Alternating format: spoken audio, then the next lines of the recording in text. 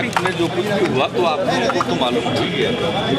हम तो गए थे गंगा बेसिन अथॉरिटी की बैठक में भाग लेने के लिए। गंगा को स्वच्छ रखा जाए, उसमें गंदे नाली का पानी न गिरे,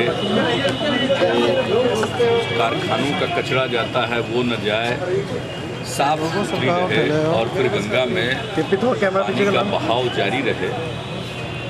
और इसके लिए कार्य योजना बनाकर इसको लागू किया जाए। इसी उद्देश्य से एक अथॉरिटी का गठन किया गया है आदरणीय प्रधानमंत्री जी के द्वारा। इसमें गंगा जिन प्रदेशों से होकर गुजरती है वहाँ के मुख्यमंत्रियों को भी इसमें रखा गया है। हम लोग गए थे और अपनी बात रखा है। और एक है कि इसके लिए जितने प्रोजेक्ट्स हमने तो ये भी बताया है कि पटना में जो इसके पहले गंगा एक्शन प्लान के अंतर्गत कुछ सीवेज सिस्टम में सुधार का काम हुआ था, वो बहुत कारगर नहीं है, सफल नहीं है। अब सीधे गंदा पानी गंगा नदी में छोड़ा जा रहा है, जो कि अनर्थ है।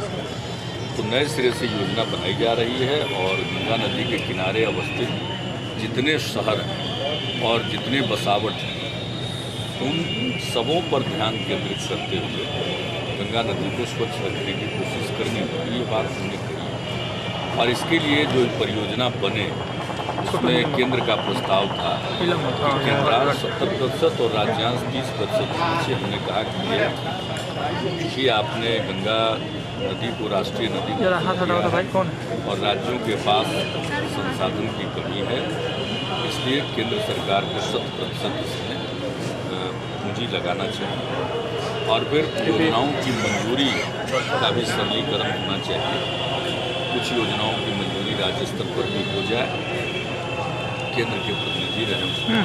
ये सारी बातें हमने उसमें रखी थी। और एक बात और हमारे डॉल्फिन पर काम करने वाले हमारे आर.के. सिन्हा शुरू से उनको लोग डॉल्फिन सिन्हा के नाम से जानते हैं। वो शुरू से हम लोगों को भी कहते रहे, हम लोगों ने पहले भी पहल की। तो इस बार इस मीटिंग में हम लोगों ने ये सुझाव दिया कि भाई डॉल्फिन को राष्ट्रीय जल पशु घोषित कीजिए, नेशनल एक्वेटिक एनिमल, क्योंकि डॉल्फिन का गंगा नदी के साथ वही लगाव है जो एक बाघ का जंगल के साथ होता है। और जंगल के स्वास्थ्य को मापने का एक तरीका है कि कितने बाघ बचे। उसी तरह से गंगा नदी अगर स्वस्थ है, स्वच्छ हो गई तो डॉल्फिन की संख्या बढ़ेगी। तो डॉल्फिन उसका पैमाना होना चाहिए कि हर दृष्टि और फिर उस पर निर्णय केंद्र सरकार ले रही है। उसी की बात है। अब गंगा नदी को स्वच्छ करने में हम सब लोगों का कमिटमेंट है। एक प्रश्न हमने और उठाया है, वो ये है कि गंगा नदी जब बिहार में प्रवेश करती है तो उसमें मात्र 400 क्यूमेक्स पानी होता है और जब बिहार छोड़ती है तो 1500 क्यूमेक्स पानी। तो हम बहाव को घटाते नहीं, हम बढ़ाते हैं। लेकिन बिहार को गंगा नदी के जल का इस्तेमाल करने के लिए, अगर इनके बिहार की ज़रूरत के लिए अगर कुछ पावर प्रोजेक्ट लगें और उसके लिए थोड़ा जल की ज़रूरत है तो उसमें आनाकानी नहीं होनी चाहिए। अब ये जो फरक्का में बराज बन गया, ये पानी का प्रवाह होगा, एक अलग बात है कि एक अंतर्राष्ट्रीय समझौता बिहार के हित की अनदेखी करके किया गया। अब दूसरा देखिए, अब जो पानी बहता हुआ पानी जो समुंदर में मिलता था तो साथ साथ जो बालू है वो भी चला जाता था। अब बालू जमता जा रहा है। देख लीजिए गंगा नदी का हाल, कभी आप पटना के नज़दीक देखिए, इसके आगे देखिए तो मैंने स्पष्ट बोला। तो गंगा नदी पर ही मुख्यतः था। आप देखिए काम होना चाहिए।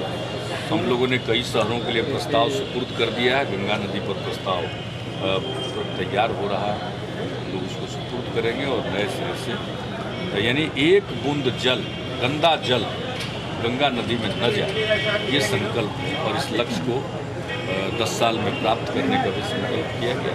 मंत्रिमंडल के विस्तार को लेकर चर्चा हुई? अरे कोई चर्चा नहीं है, सब आप लोग कर